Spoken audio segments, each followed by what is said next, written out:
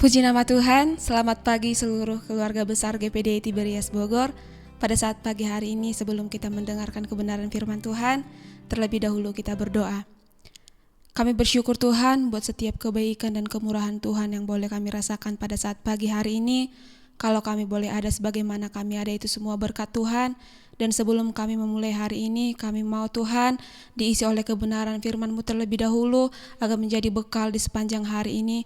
Urapi kami Tuhan, sucikan, kuduskan kami, biarlah kami boleh memberikan tanah hati kami yang paling baik untuk siap ditaburi oleh kebenaran firman Tuhan, sehingga firman-Mu boleh berakar, bertumbuh, berbuah yang manis yang boleh dinikmati oleh Tuhan, bahkan dinikmati oleh sesama kami.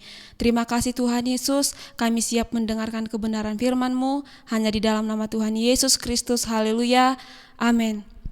Puji nama Tuhan, Bapak Ibu Saudara-saudari yang terkasih dalam nama Tuhan Yesus. Pada saat pagi hari ini tema kita yaitu murah hati, yang terambil dalam Matius 5 ayat 7. Demikian kebenaran firman Tuhan. Berbahagialah orang yang murah hatinya, karena mereka akan beroleh kemurahan. Pada saat pagi hari ini yaitu murah hati.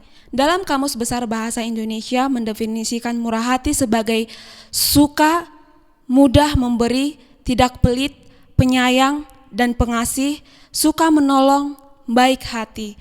Kalau kita lihat dalam bahasa Yunaninya yaitu elemos, yang artinya iba, murah hati, sangat merasa kasihan, mudah terharu, atau dalam bahasa Inggrisnya yaitu merciful. Dalam Ibrani 2 ayat 17, Kristus disebut sebagai orang yang elemon, yang penuh dengan belas kasihan dan iman yang setia. Belas kasihan Kristus yang dibicarakan di sini adalah orang yang aktif berbuat kebajikan, bermurah hati kepada orang-orang yang tidak mampu. Kenapa kita harus bermurah hati? Karena kita telah terlebih dahulu menerima kemurahan yang daripada Kristus. Itu sebabnya kita tidak akan pernah dapat membalas setiap kebaikan kemurahan Kristus. Untuk itu kita hanya dapat meneruskan kemurahan yang kita terima dari Kristus kepada orang-orang yang belum menerima kemurahan tersebut. Kalau kita lihat di dalam Lukas 10 ayat 25 sampai 37, di sana menceritakan tentang perumpamaan orang Samaria yang bermurah hati. Di sana kita bisa melihat bahwa orang Samaria tersebut menolong orang Yahudi. Kita tahu benar bahwa orang Samaria dan orang Yahudi tidak berteman atau bermusuhan. Tapi pada saat itu orang Samaria tersebut tidak memandang ras, suku, bahasa atau apapun. Dia memiliki kemurahan hati yang luar biasa. Dia menolong orang yang terjatuh tergeletak. Dia membalut luka-lukanya, bahkan dia membawa ke penginapan dan membayar seluruh pengobatan-pengobatan orang yang terluka tersebut. Di sini kita bisa melihat bahwa orang Samaria ini memiliki kemurahan hati yang luar biasa. Kemurahan yang luar biasa itu dapat kita lihat bahwa dia mengorbankan waktunya. Mungkin orang Samaria tersebut sedang mengadakan perjalanan bisnis, atau mungkin orang Samaria tersebut sedang sibuk, tapi dia memiliki hati yang luar biasa. Hatinya iba melihat orang yang jatuh tergeletak, orang yang terluka tersebut. Hatinya sangat terharu ketika melihat orang yang tergeletak itu. Itu sebabnya dia mengorbankan waktunya, dia mengorbankan uangnya untuk menolong orang yang terluka tersebut. Demikian juga dengan kehidupan kita. Pada saat-saat ini banyak orang kita lihat, orang di luar sana yang mungkin mengalami kekurangan akibat dari dampak COVID-19 ini. Mereka mengalami kekurangan, mereka harus di PHK, bahkan sampai tingkat PHK semakin meningkat. Itu sebabnya kita yang memiliki lebih, kita boleh memberikan kepada mereka apa yang kita punya. Ketika kita memiliki dua, kita boleh berbagi satu kepada yang berkekurangan. Kemurahan adalah kasih. Kemurahan itu adalah bentuk dari kasih. Kasih dalam bentuk tindakan. Kemurahan adalah kasih dalam bentuk tindakan yang nyata. Kita boleh memberikan kasih kita kepada orang lewat tindakan kita, lewat perbuatan kita kepada orang. Kita menolong orang tersebut dengan apa yang ada pada kita. Kita memberikan apa yang ada pada kita, baik itu secara rohani, baik itu secara jasmani, kita boleh membantu orang-orang di sekitar kita. Kita bisa melihat sekeliling kita dan kita bisa menolong mereka. Itulah cara kita mengucapkan terima kasih kita kepada Tuhan.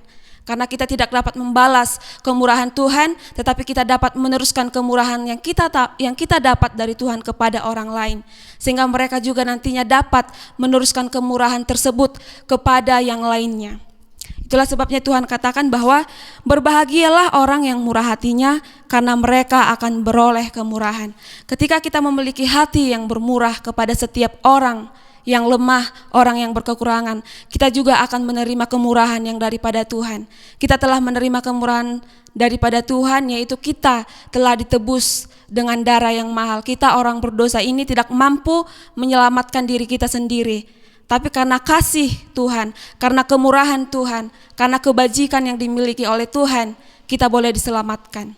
Puji nama Tuhan. Bapak Ibu Saudara-saudari yang terkasih dalam nama Tuhan, marilah kita bermurah hati dalam bentuk kasih yang nyata, tindakan yang nyata, apalagi di saat-saat seperti ini. Di saat-saat yang sulit seperti ini, kita boleh menjadi berkat buat orang lain.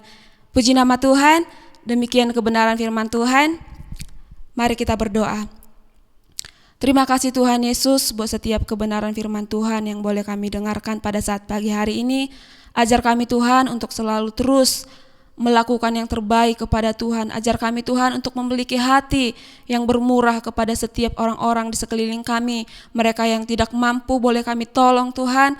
Sehingga Tuhan Yesus, setiap kasih-Mu boleh diteruskan kepada orang-orang yang belum mengenal Tuhan. Terpujilah nama-Mu Tuhan Yesus.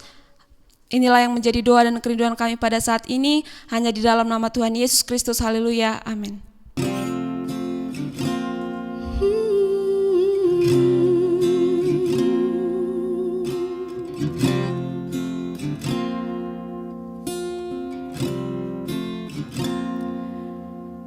Berikan ku hati seperti hatimu yang penuh dengan belas kasihan. Berikan ku mata seperti matamu, memandang tuaya di sekelilingku.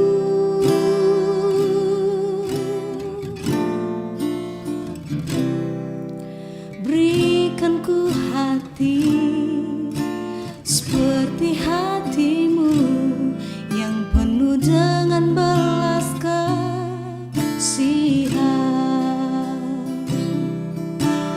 Berikan ku mata seperti matamu, memandang tuaya di sekelilingku.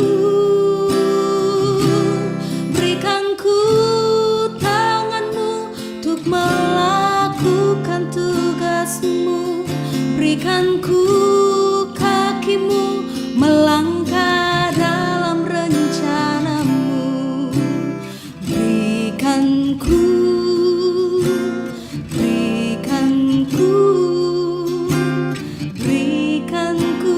hatimu.